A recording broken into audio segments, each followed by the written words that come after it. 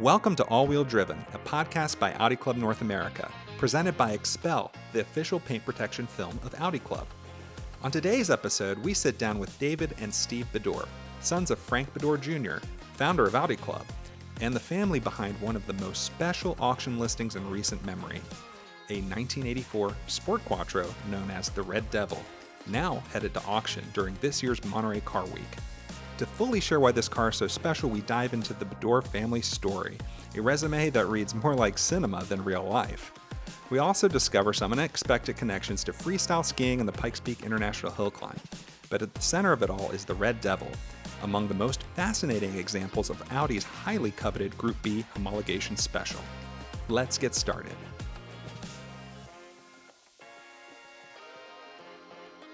Welcome, everybody. I'm Chris May, Executive Director of Audi Club North America, and this episode is quite a special one. We're actually going to be looking at an exciting new listing from RM Sotheby's, a particular 1984 Sport Quattro in Tornado Red, otherwise known as the Red Devil. Why is it special? Well, we're going to talk a little bit about that today, and joining me to do that are two individuals whose names may be a little bit familiar, or at least certainly their surnames. That is Steve and David Bedor.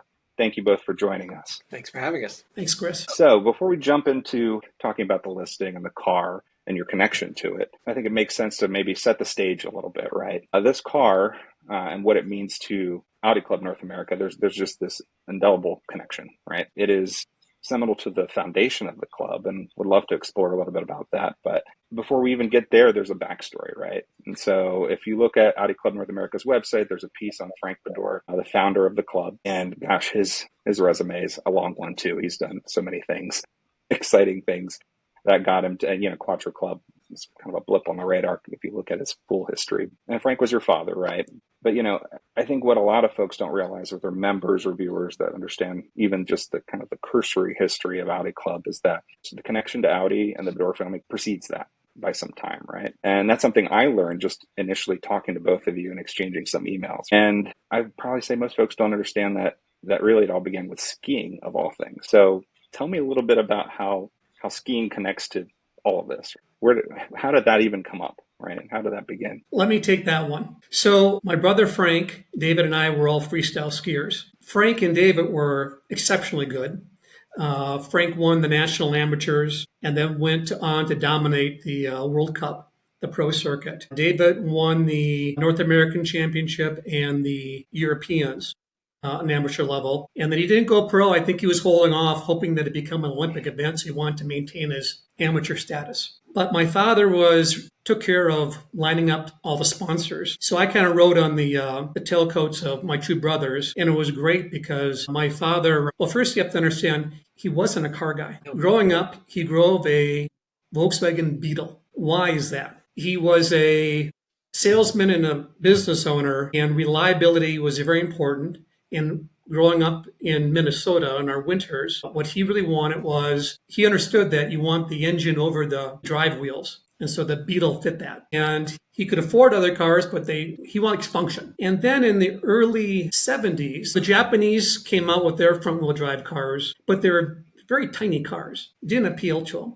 But when Audi came out with that 100 LS, more of an upscale luxury car, he bought one of those, loved it. And that was, I think, 73. So he obviously was aware of Audi and watching them. And when that Quattro Coupe came out, to understand how revolutionary that was, the Japanese Subaru might have had all-wheel drive, but in America, the only four-wheel drive passenger cars were really the AMC line, which is really just a truck with a passenger car chassis on top of it, and all the handling characteristics of a truck. When he saw that Quattro Coupe, that spoke to him in terms of pure function. And so he bought one. And he also saw a great opportunity because that was such a new revolutionary system for Audi. So he contacted Audi, and Audi ended up sponsoring the three boys. And so one day a transporter showed up at our place in Chanhassen, Minnesota, with three Tornado Red Quattro Coupes. And it's a longer wheelbase, right? We're talking the predecessor to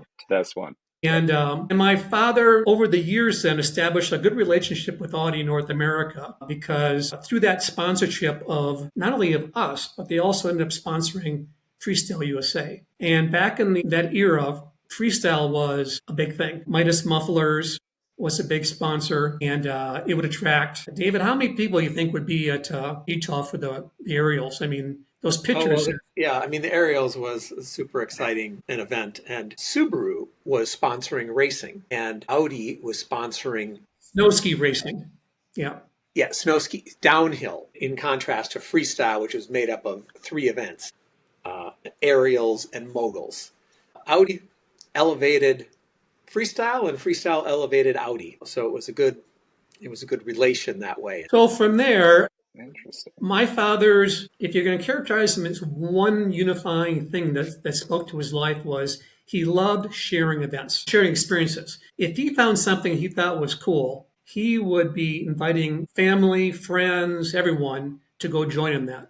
I'll give you two examples. After World War II, he drove a motorcycle, his Harley, down to Brazil to visit a pilot that went through flight school with him. On the way back, he stopped at Cypress Gardens. And by the way, he had a black Great Dane riding on the back of his motorcycle, straddling the rear fender. Rear wheel. Yeah. So he stopped at Cypress Gardens, and water skiing was pretty new back then. This is early 50s. And he thought, wow, that is cool. Well, on his drive back to Minnesota with the dog in the back, he wasn't just thinking about, oh, I'd like to learn how to do that. He was thinking, I need to get my sisters involved. They were from Ice Capades and all their Ice Capade friends, all my buddies and their wives or girlfriends, and we can do the same thing. So he came back and he started Ski Annex, and that was successful enough where the state of Minnesota tourism department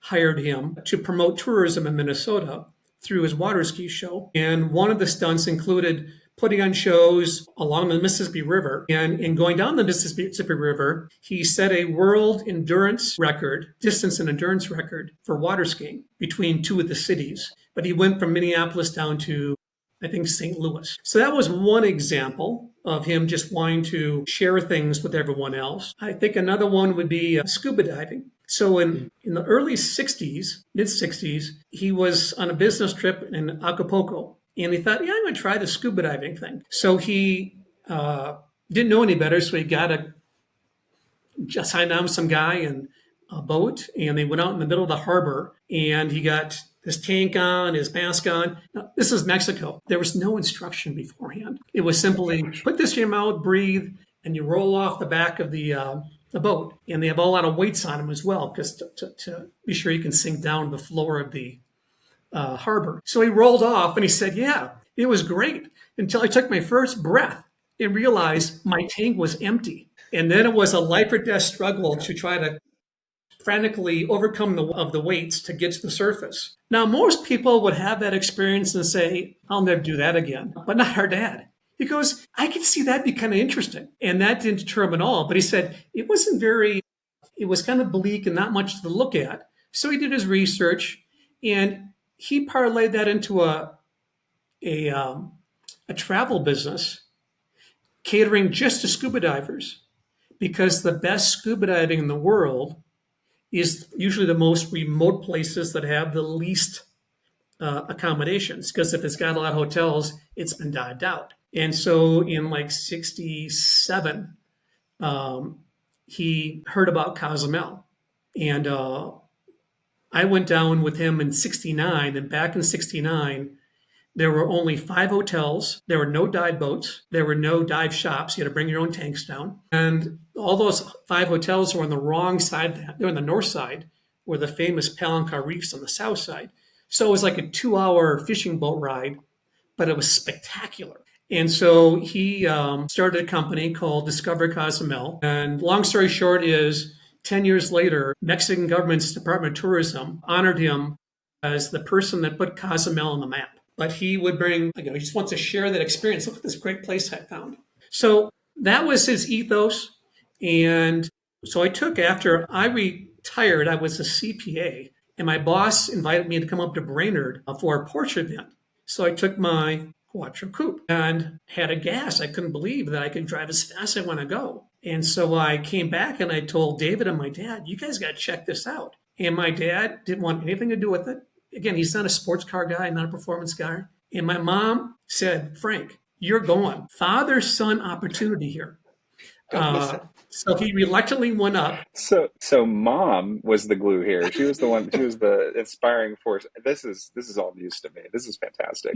Yeah. So Marilyn, our mother, was the one that said, "You're going." He loved it, and again, that wanted to share the experience. He started renting the track and inviting everyone in his social circles. I remember one guy was 7 years old driving a station wagon with the woody sides on it, and being 70, he loved it, but he didn't know the flags, and they couldn't get him off the track. Just going lap after lap. Anyhow, it was infectious. It worked. And so my dad started contacting his contacts at Audi, saying he had some ideas for how to use track experience to promote Audi, because he saw that he would do a thing where you drive your car, BMW, station wagon, whatever it was, through all day Saturday. And then on Sunday, you do a time run in your vehicle. But then you jump on one of the family's Audis, whether it was a coupe, Quattro coupe, 5,000, 4,000.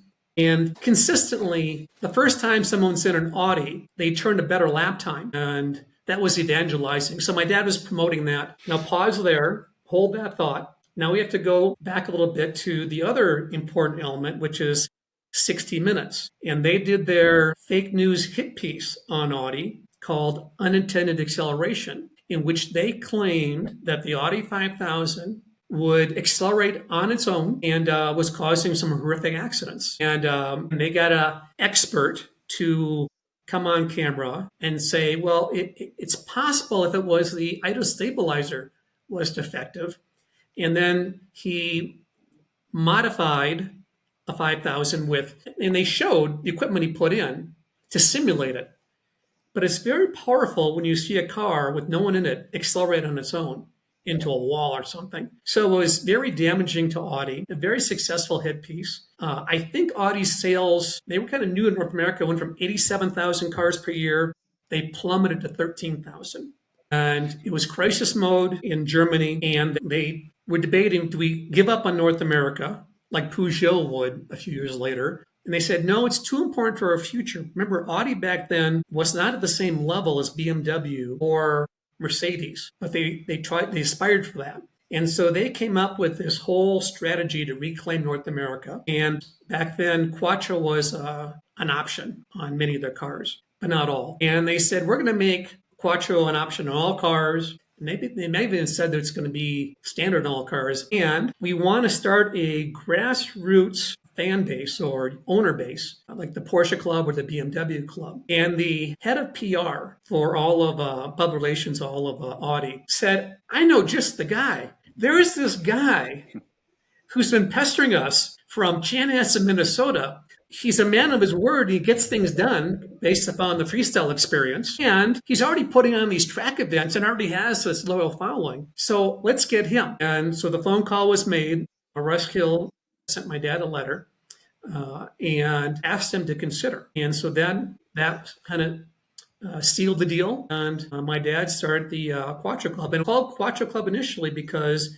the differentiating feature. Wow. This is fantastic. So thank you for sharing that. I mean, there's just so many nuggets here that aren't always caught in some of this narrative, right? Like some of the even things that we've shared about the club, obviously Frank founding this, but having been a non-car enthusiast and then becoming one by virtue of Quattro is kind of what I'm hearing. And it's not unlike some of the stories that we see even within our current driving education programs. People get their first Quattro equipped car and all of a sudden they get it. They become enthusiastic about that. And Frank clearly felt that way about it and wanted to share it with everyone. So I would say very much that spirit's still alive. And it's just so cool to hear it direct from the source, from the family, that in fact was the case, that experience is what seeded all of this, right?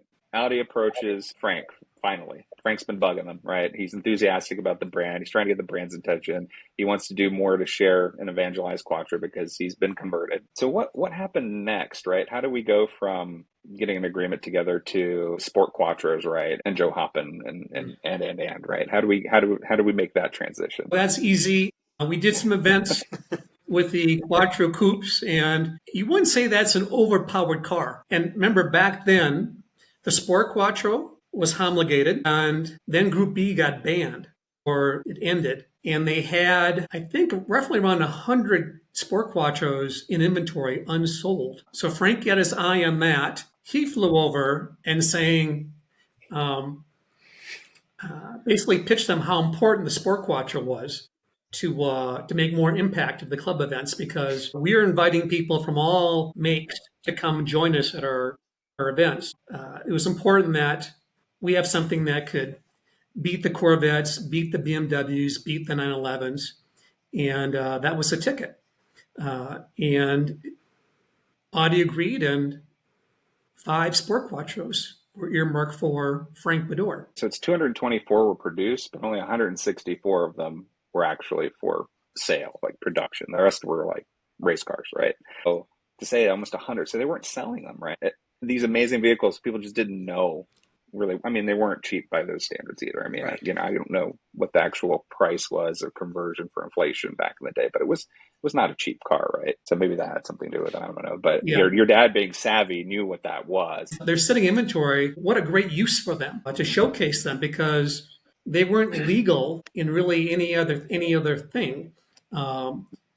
IMSA was not letting four-wheel drive cars in at the time, and it's hard to find a format SCCA wouldn't. And that's what brought Jo Hoppen in the picture, Audi's race boss. And he was a visionary. That man was something. He loved the concept of the Quattro Club and track events, and his mind just worked on how he can make. He was always into spectacle and how he can make something a memorable event. And he's very like when he hits Pikes Peak or things he does, it was very thought through and well executed. And so he teamed up with my dad, and those two were quite the duo. Yes. And they would both, because they're both good at getting things done, and good things happen. And so Jo said, basically, it was Joe's idea that, no, those Sport Quattros, as wonderful as they are stock, we're going to have Mr. Lehman, the engine builder for all the rally programs, the SCCA program, and the IMSA program, he's going to breathe on those. They'll be very reliable, but we're going to up the power. And then we'll have Mr. Klug take care of the transmissions, because we want no reliability issues. He's very German about that.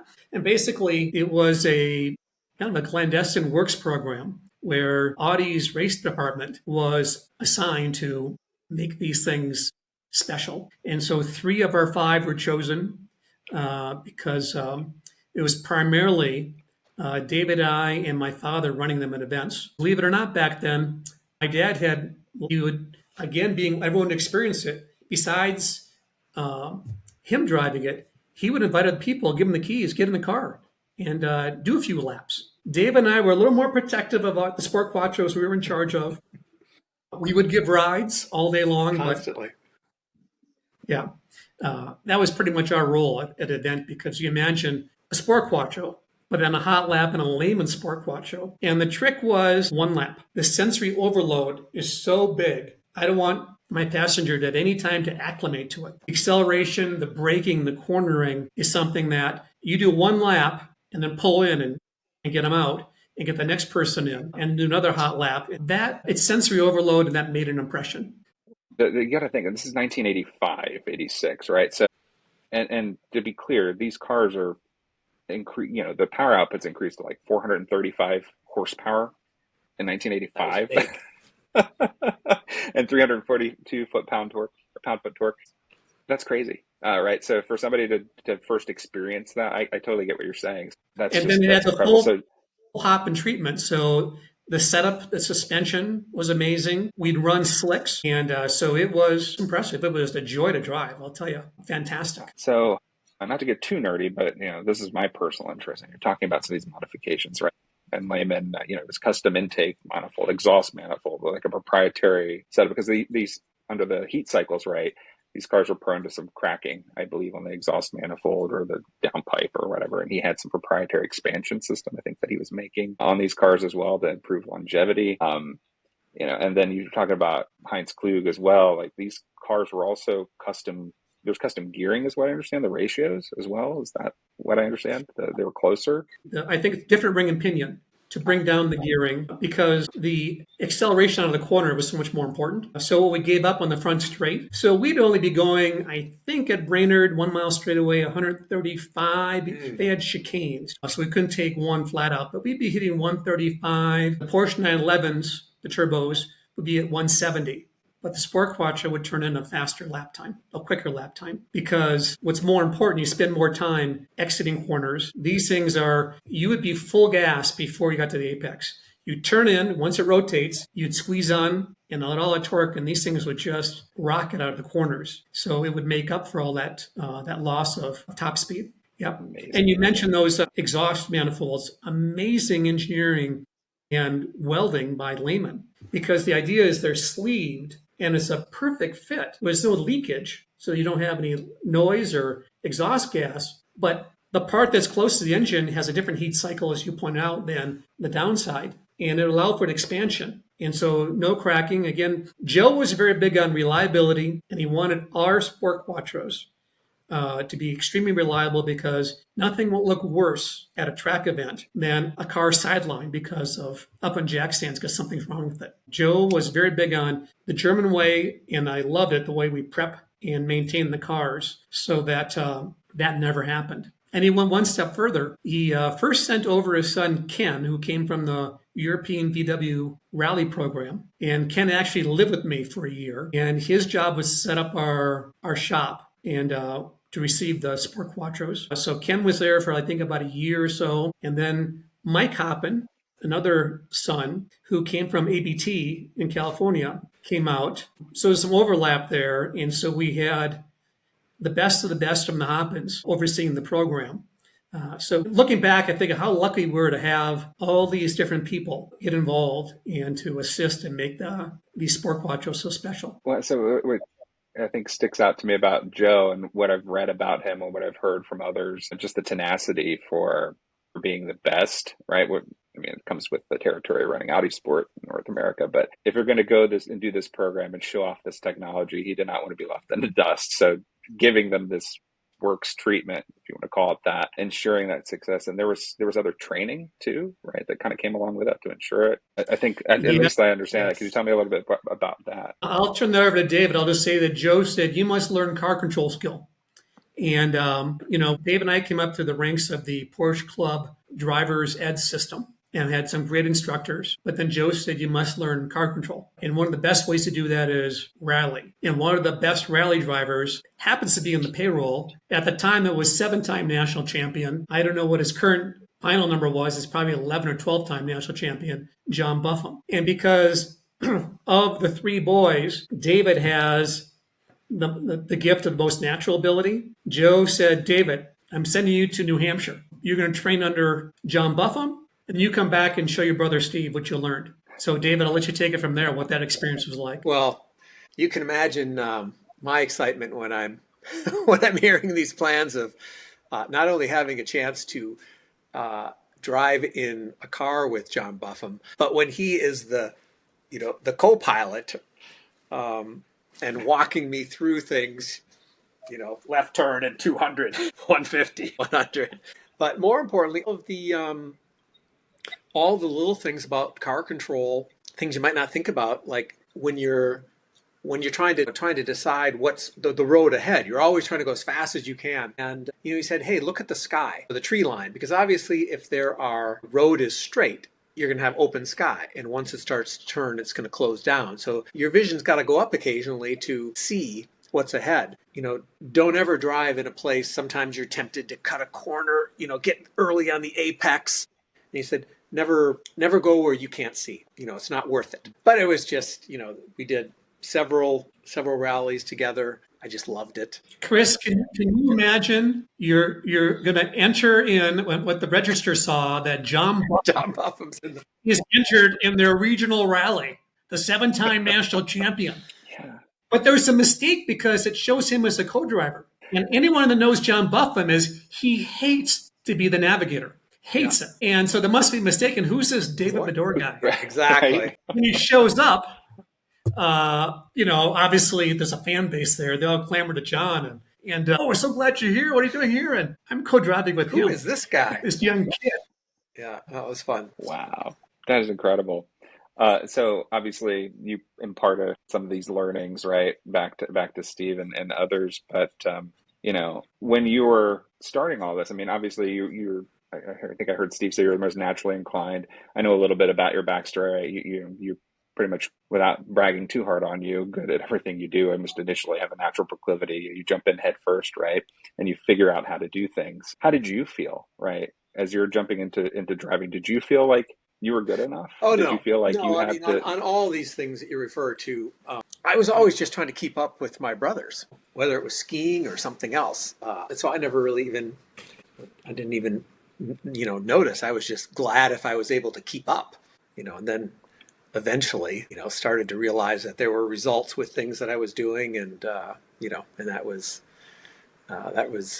rewarding and kept going. So no, I just I love to drive. I love the feeling and rally of getting the car, just pitched and riding that edge of balance. And so after rally driving, Steve and I also, with the car, with some modifications to the setup, got into ice racing here in Minnesota, plenty of ice, and discovered that whole sport. And so that was just more drive time. And to give you an idea, the typical ice race track would be a mile and a half long, 8 or 9 corners, these special set of tires. The first couple of years, it would wear down, shave off maybe 20 plus inches of ice during a race. And then at one point, they made us pull half of them out because it was not so much how deep it gets, but because so much fine ice gets thrown in the air, we had to run fog lights pointing backwards so the guy behind You you were there. could see where you are.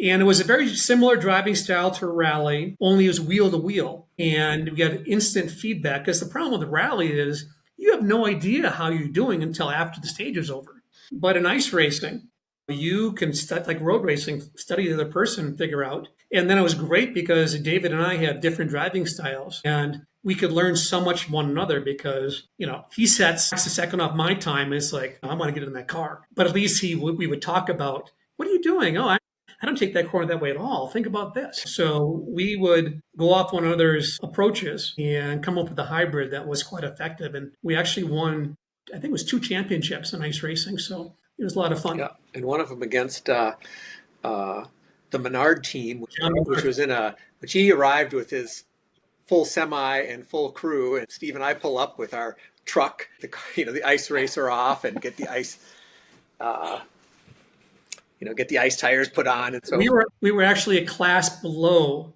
the Menard team in terms of they had 3 categories. We were the middle level and of he was the cars. top. And yes, and one year we won obviously I think it was SGT division, and we won the overall, which meant we also beat the top tier team because reliability, getting your finishes in, and power only gets you so much on ice. There's a lot of technique involved too. So that's incredible. So I'm thinking, this obviously the Sport Quattro. We're talking about the Red Devil, and specifically, which is David's car, has been through a lot. It's seen different environments. It's been prepared differently, I assume, to the drivers themselves too, adapting to the different environments in motorsport that you participated in, and effectively, just so our listeners understand kind of what we're looking at here. We've got driver talent paired with some of the best engineering in the world, right?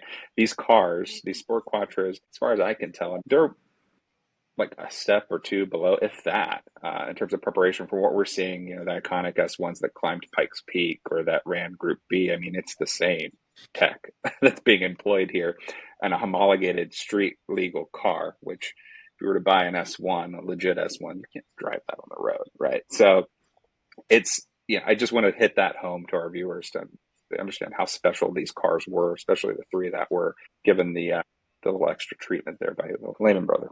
So let me clarify, Chris. For both the rally and ice racing, Jo Hoppen would not let us take a Sport Quattro.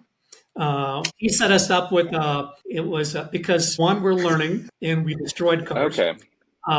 2, he said you need to learn. That's too much power. You need to learn the fundamental skills. So he set us up with an old Rabbit GTI, and so we did the Volkswagen GTI. So we did the rallies with Buffum in that car, and then we did ice racing in that car, and we learned so much about setup and driving. But now we're let loose on road race tracks with the Lehman Sport Quattros, and they were very special cars.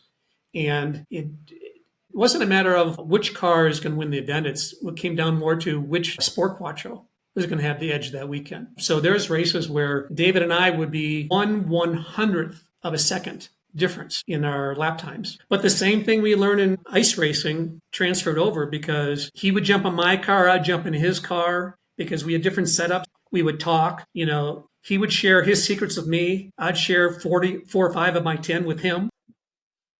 Well, when Steve was talking, I always had to hold something back from him. When Steve was talking about our role up at Brainerd with the Sports Quattros about giving rides, so we were out there a lot, and we were out there cat and mouse a lot. And there's no more poignant feedback than coming in and seeing all of a sudden your brother pulling away from you, and it forced you to have to figure out, oh, wait a minute.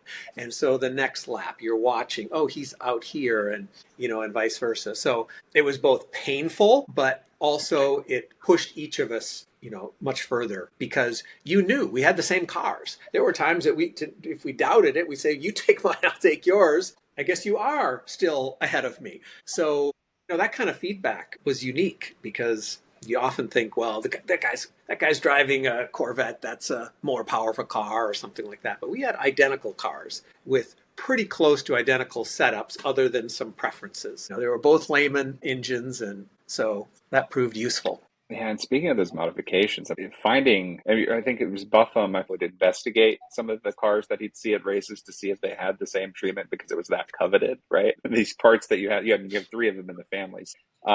Just to be able to kind of hit that home to our viewers, the treatment they received is that special, right? It is that unique. And it's something I think that even builders today, when, we were just at Pikes Peak with Audi Club covering that event, and we've seen, we call them replicas, but S1E2s effectively, that were racing that of course are built from kind of ground up and different iterations. And so you see some of this engineering as effectively being copied or an homage to it, but this is the original stuff we're talking about, right? This is the OG, right? Pieces, right, that came directly from Audi Sport. So I want to talk a little bit about the Red Devil. Obviously, this treatment makes it that much more special. It's being, just to give it a little plug here, it's being auctioned off during Car Week, Arm Sotheby's, and Car Week beating Monterey Car Week, which of course is capped, keystoned by the Pebble Beach Concours d'Elegance. It's one of the most exciting things it should be for our viewers, right? It's not every day you see a Sport Quattro. Again, we talked about 164 of them being sold. I don't remember how many were in the US. So even seeing a legit one is rare, let alone one that has, again, this treatment. Any insight into, your thoughts on parting with the car? Maybe it's the right time, or where do you hope to see maybe the car go in terms of ownership? Well, so the car has essentially been, in storage for quite some years. But every year we take out the car just to exercise it. When you see the response from people, the people who recognize it, are pointing to it and what it is, or hear the chirping of the wastegate and maybe have had rally viewership in some ways, there was an element that felt like, wow, it's a shame that this thing is just sitting inside. Some element of, it'd be nice to be shared. It'd be nice to find a Ken Block wannabe that would put it to use, and somebody who would drive it and enjoy it. And because there's so few of them that you can see. I don't know how many are in the US at this point, but the number is few. So Absolutely. And I haven't driven competitively or races for years and years, and I'm sure there was a period where I'd be wondering what my kids might show interest in and the like. But I can see that they have interest elsewhere. Yeah, I'm just hoping that I'd love to find someone who's using it, so we will see it. I'll give you an example. Steve was talking about my father's water skiing. Well, he skied the entire length of the Mississippi and set a record over 12 days. Years before he passed, he had learned that somebody else was interested in doing it. And he didn't have a defensive thing. Oh, so, beat my record, or no, that gave him, that lifted his spirit. Someone else that would enjoy that same journey. So when they reached out and talked to him, he gave them all sorts of advice about what they would run into in the locks and dams. And he said, you've got great boats. We were in an Alumacraft with, I don't know what engine, and 3 cans of gas that you could switch out, as you're going. Or they have, fast speedboats. They're going to be in wetsuits and so forth. And he said, what you should do is you should continue past New Orleans and go out to the coast, or the Gulf of Mexico, because then you would not only beat the speed record, but you'd make it the longest. And it's kind of in that same spirit of, you kind of get to relive your good days from watching somebody else do it. And it was, of course, flattering that someone was reaching out. And in some ways, I'm hoping to watch somebody take it and do something exciting. Oh, that's awesome. That's awesome. Well, Audi tradition, if you're watching, and no, I tease, but there's very few entities out there that are all about not just preservation, but actually showing what the cars can do. And we've been fortunate as a club to see them bring pieces of motorsport history and actually drive them for the enjoyment of future generations. So if it's not them or somebody else who's out there doing the same thing, we'd love to personally see that and share it with, obviously, the club and anybody else who's an Audi enthusiast. So appreciate that, David, that insight. I'm thinking about this car too, and I wanted to kind of jump back before we talk. It's kind of a jump back and a jump forward, right? You're talking about Jo Hoppen, right? 1985, Quattro Club effectively gets started, 84-85. Around the same time, right, was Audi 5000 scandal. Pikes Peak was effectively, I think they joined in 84, was the inaugural round with Michel Mouton in 84 to climb. But as I understand it, the Bedor family had a little bit of sway, or they were advocating for Pikes Peak potentially during this whole formation of Quattro Club, or this agreement with Audi Sport. Is that correct, or can you expand on that? Well, I just know that when Walter Roll ran, Jo Hoppen invited us out to witness it, and that was fantastic. In fact, my dad, David, and I got to be in the Audi helicopter to view the race. Wow. Except the pilot said, as he's following people up, getting used to it, and there's a lot of pilots, maybe 3 or more helicopters at the same time, so they have to talk to one another to not have a crash. But when they got to the Unlimited, which was Walter, he said, to keep up with this Audi Sport Quattro, I need to shed some weight. So one of you has to get out. So I volunteered. Where do you want me to put you down? I'd never been to Pikes Peak before. I just knew, I heard the term the W's. I said, drop me at the W's. So they dropped me off, and then that way the helicopter could keep up with Walter. And I went up in the W's and stood on the side of the road. And you know how in rally, there used to be a thing where you try to touch the cars as they go by? I wasn't that stupid, but I liked to be that close to it.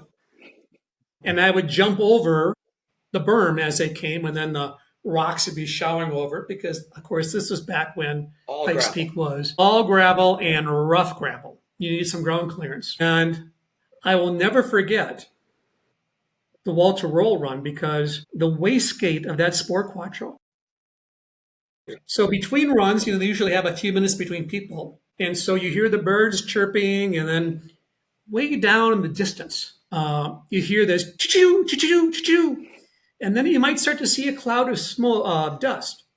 And it gets louder and louder and louder and louder. I still can't see anything, but it's getting louder and louder. And when I realized that he's coming close to my corner, I didn't jump off the edge. For some reason, I thought, I'll just be on the inside, because I wanted to see it. Well, I ran to the inside. I'm at the apex up on the W's, and I'm in his way. So I had to pry myself between rocks and lift my feet up. And to hear, first, like an earthquake. Oh, yeah. When he went by. And the speed was insane. And the sensation, the sound, the visceral experience was something.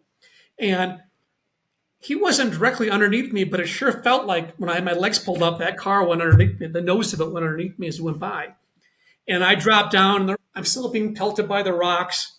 And then you hear the wastegate tripping get a little softer, a little softer, a little softer. And all of a sudden it's back to the birds chirping again.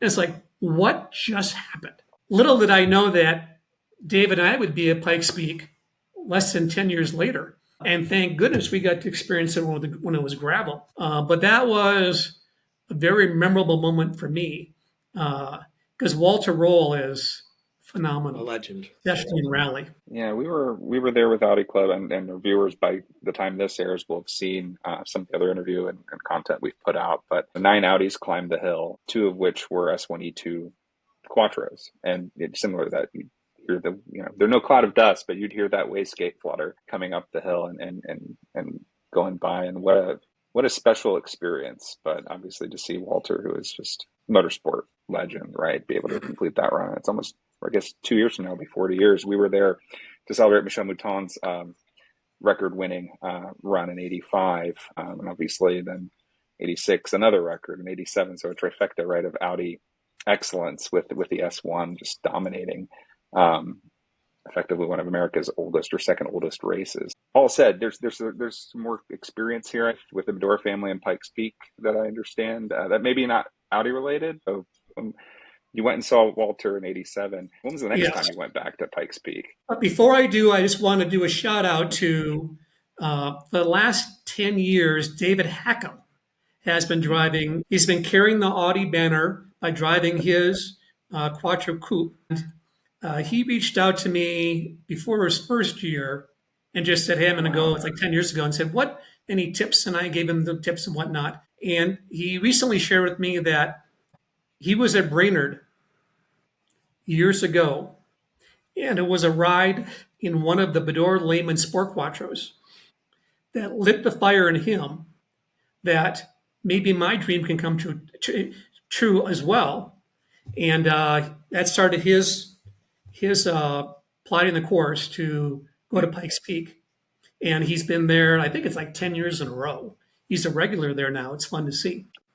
So we got to spend some time with David at Pikes Peak, and he was there for the celebration and induction ceremony for Michel Mouton into the Hall of Fame, and she signed his car. And those drivers, I mean, just the genuine excitement of that experience for them, it was powerful. And so hearing this backstory, we didn't have a chance to talk to David about, kind of the impetus, but gosh, it's just full circle, right? You experience it here, and all of a sudden now you're climbing the mountain for 10 years and you get to meet one of motorsport's legends, right? I can't imagine what that must have been like for him. We have to have him on a podcast.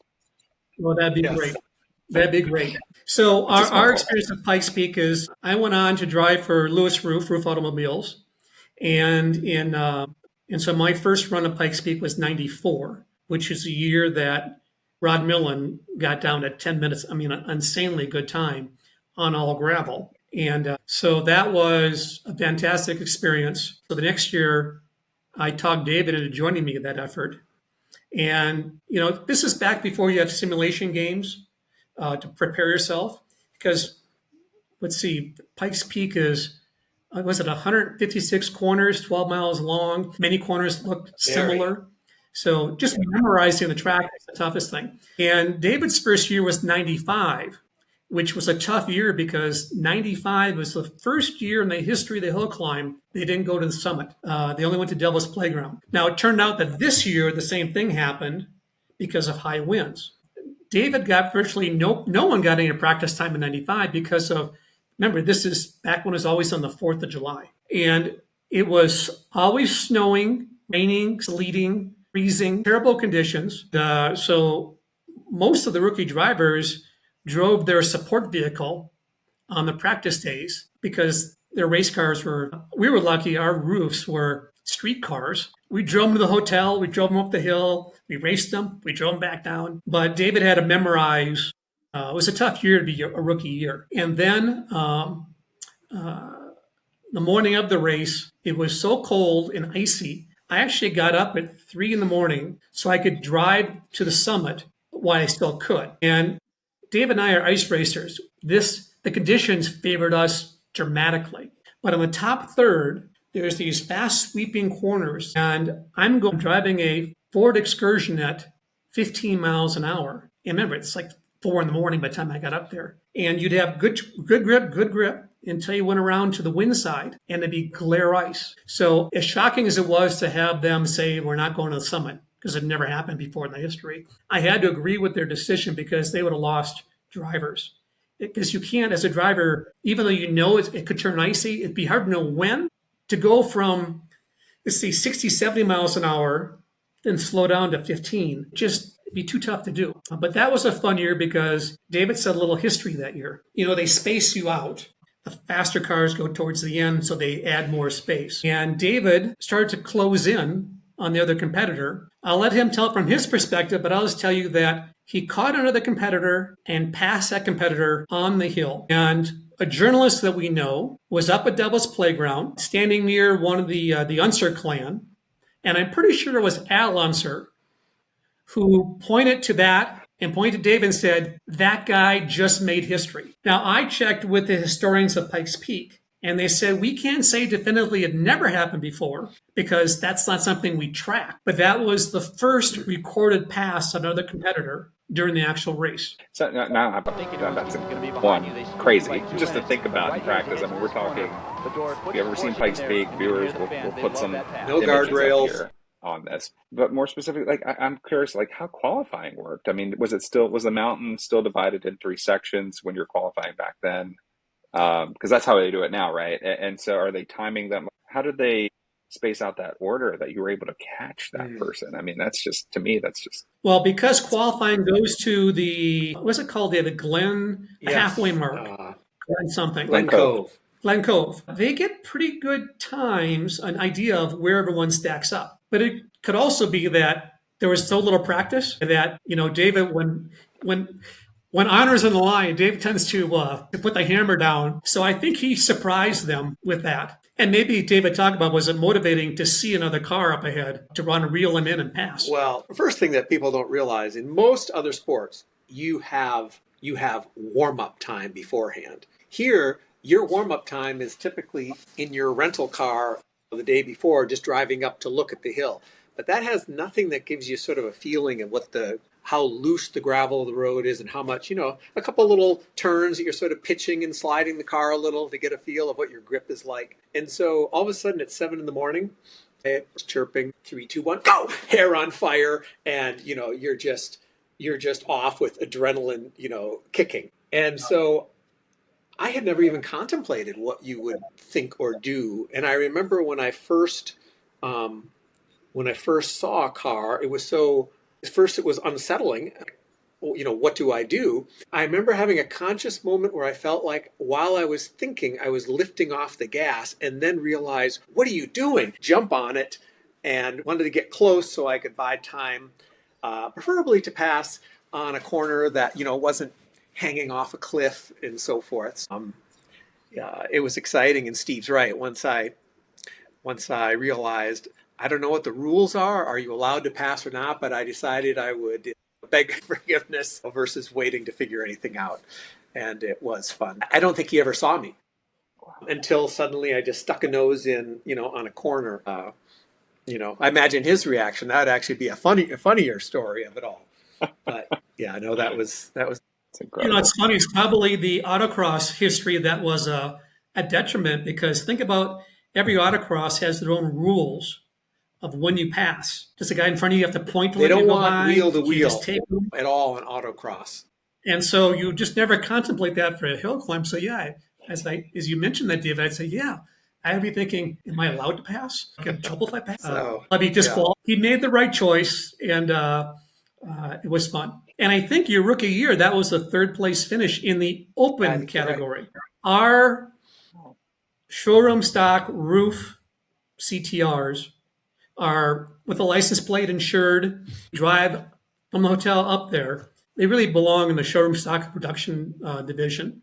But they had a rule that there must be so many produced, and roof was not even a decimal point of that. And so then we leapfrog from production all the way up to open. And the only difference between open and unlimited is open has 2 rules. You have to be at least 1,800 pounds. Well, roof's a production car, so we were probably 2,800 pounds, 2,900 pounds. So we were way heavy compared to our competitors. And then the second one is no aerodynamics that aren't stock. But that's it. So when Volkswagen entered a two-engine GTI, it was an open. A lot of very nice hardware is an open. And then the other tough thing about being an open, it's great because we run at the very end, but we have to be up, to wake up at, usually it's 3:30 to get up on the paddock area through the gate by, I'm going to say 7, they want you there. And now you sit all day long because we're going to be at the end of the day. And as David mentions, one thing is about Pikes Peak is it's like you have to flip a switch. Be very good at flipping a switch. You need to relax all day and just, do whatever your preparation is. But it might be 3 o'clock, 3:30, and then you're in line at, inching forward like rush hour traffic. Then you're next up.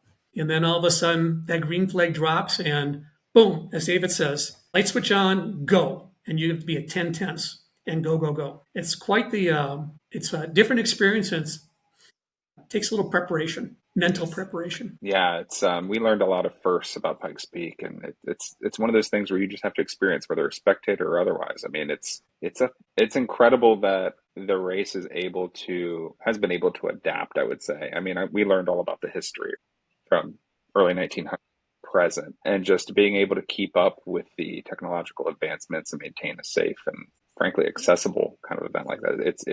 It's impressive, to say the least. And thinking about even just your experience in the early 90s, or even Audi's in the late 80s to today, it's a completely different animal, but you're still up at 3:30. Things ring true, like you're saying, Steve. You wait all day and you flip that switch and you have to be on, right? It's still that meditation, if you want to call it that some things don't change. So that's really cool. One of the things that I wanted to mention about when we were talking about the Pikes Peak and the car was think about a rear-wheel drive or an engine in the rear. When you're taking a corner and you goose it, you have that feeling like the back's going to snap out. Now, it's kind of fun if you're trying to enjoy a little of that feeling. But what was different about Audi with the engine over the front, particularly for something like Pikes Peak Hill Climb or the Virginia City Hill Climb, which is probably my favorite race and favorite moment, came at the Virginia City Hill Climb. And I wasn't even in the driver's seat. My father always set goals at these events. And about that one in particular, he was always bumping up against a wall at 3 minutes, and he wanted to be under 4 minutes. And I remember him talking to me saying, if I could just get to 3:50, that would be something, that would be great. And I looked at him and said, or 3:40, thinking that I think Steve's and my times might have been in the 3:30s, for the event. And I said, Dad, let me go along with you on one. Here, you hop in the driver's seat. I'm going to go grab my rally helmets because you're mic'd up together, and let's drive up there together. But rather than me sitting in that seat saying, hard left in 200, 100, and so forth, it was, so once we started off, this gas, wait, brake, gas, now, gas, pin it. And it was just this, if you think about it, it was taking a 20, 30-year-old's instinct and putting it, giving my father what I would be doing. And when I started getting this comfort level that he was in sync with the intensity of my voice and instruction, we just went up the whole way. And, some asked me after, like, well, wasn't that scary? Well, think about him. His instincts are saying, I should be on the brakes about 6 minutes ago. And, my son is telling me not to touch him until he hears from me. So he's coming flying into corners that he's never done at that pace. But for me, with the Quattro, what I realized was I didn't have to worry about that rear end snapping out. That's a different thing. You can't tell someone in that second when the back's going out to say, oh, counter, don't jump on the brake, ease on the gas, and so forth. But with the Audi, the way the whole car just sort of moved and got pointed in the right direction, it was it was so drivable, and you just had to kind of see what it was like to get yourself to take it to that limit. So we go up this whole event, come flying across the finish line, and I could just see an explosion of relief, excitement, like a ride he's never had before. And I had, I started a little stopwatch on the front, and I looked down, and then I just sort of held it over in front for him to catch a view. 340 something. And he let out a howl. It was such pure joy and excitement. Now you think about the guy who started this whole thing, and he works hard at all the other things. Driving is sort of the sideline, but he wanted to be in there. It was such a great father-son moment, and so proud that he had to push past all of his, I would assume, fear, anxiety, and something just to run through it. And it sort of speaks to how those cars, the drivability of them, the weight distribution, it was great. It was just a great experience to have with him. And I remember that more than any of my other lap setting times and so forth. Wow. That's incredible for him to be able to give that gift and give that gift back to him just through that experience. I want to bring things back towards the Red Devil here and talk a little bit about that car. The listings on Sotheby's encourage our viewers to check it out. We'll post the link here in the description. Anything else you want to mention about the car or provenance or anything else that comes with it that may not be historical or otherwise documented in the listing? Steve, you probably have a sense of that you're talking about. Well, first of all, RM Sotheby's is very thorough. I was blown away by what a deep dive. So we have extensive logbooks in every Sport Quattro, 3-ring binders that pretty much have a record of every time a wrench hit the car. The Hoppen. And it starts, the Hoppen, the German way. And so there is track reports, after action reports, letters from Jo Hoppen to my father talking about the 3 Sport Quattros, what he wants to do next, how they did the prior weekend, what he wants to do next, suggestions. So I also should go back. Jo Hoppen is the one that introduced my father to Andile. And for those who don't know, the 3 founders of Andile have a wonderful history with Porsche Motorsport. And so Andile is the one in California that federalized the Sport Quattros. And they did wonderful work with that. So that documentation's in there, documentation from Heinz Lehmann. The logbook talks about one of the things that Jo Hoppen was big on. Similar, he wanted to replicate what he did with the Trans Am program, where there's like engines in the car, there's engines in the transporter. There's an engine that was taken out after the last race that's on its way back in an airplane to Liechtenstein, to Heinz Lehmann. Lehmann's got an engine that he's working on, and there's one being flown back. And it's this round robin because reliability and performance is so important. Ours were detuned enough where they were very reliable, but Joe doesn't want to cut corners. And so we had a flow of engines going from Lehman and back. And so it talks about which engine is in for what event. And that was actually helpful for David and I because I know Joe liked him more than me. So I knew that, well, David didn't get a special engine. Because they're rotating him. Because they're being rotated. Joe was good, but I don't think he was that good. I always thought Steve had the advantage because he had Ken Hoppen living in his house. And I'm thinking, well, wait a minute. What's going on when I'm not there? On the cars. It's too funny. Well, nothing like a little sub-leg rivalry to encourage you all to be your best, right? That's incredible. Well, I appreciate both of you for taking the time to tell us about this rental. It's a piece of history, automotive history otherwise, but obviously Audi history, Sport USA history, Audi Club history. I just can't stress enough the value that comes with this car and the uniqueness of this car. One of 3 S1s in the U.S., and just the provenance, the history, the maintenance records. My gosh, I mean, you can't buy a car today with a binder like that, let alone one that's been tracked, right? But I just wanted to highlight all of that and give you all an opportunity to share any thank you, shout outs, etc. before we wrap this up. Well, there's a lot of people. Jo Hoppen, of course, who has passed, and his sons really racing. As you watch, even on the Formula One events, you see that racing is part driver, but a huge part about the prep and the setup and so forth. And you've got the Hoppens on that front, John Buffum, who made it such a incredible experience. And now I'm thinking about how terrifying it must have been for him to sit as a passenger, for me. So thank you for that. And oh, by the way, what was kind of a fun tie-in is, this all started with freestyle skiing. Well, John Buffum and I had a chance to go skiing at some point.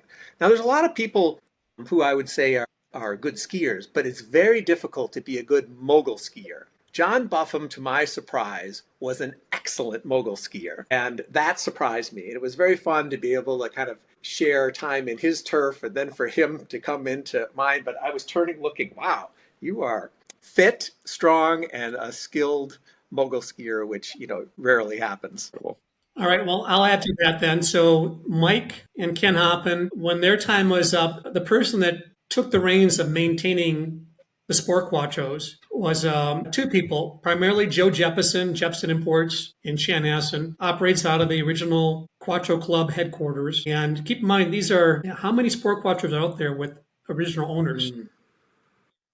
And these are, we're down to two. And then the Anderson twins, Kent and Keith. Kent has passed on, but both of them were very instrumental in starting the club. And Keith's operation, Anderson Motorsport, is now run by Kent's son, Jason, which is fun to see.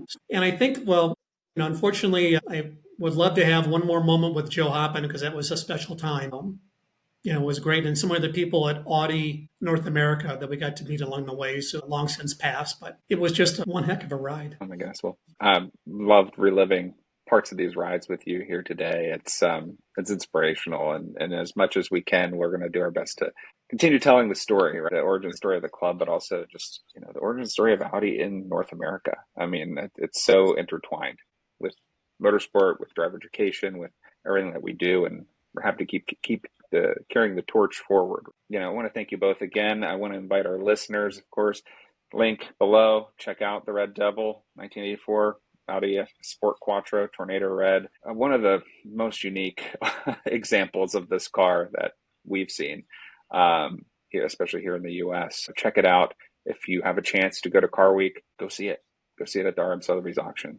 Take pictures. Send them to us. We'll post them.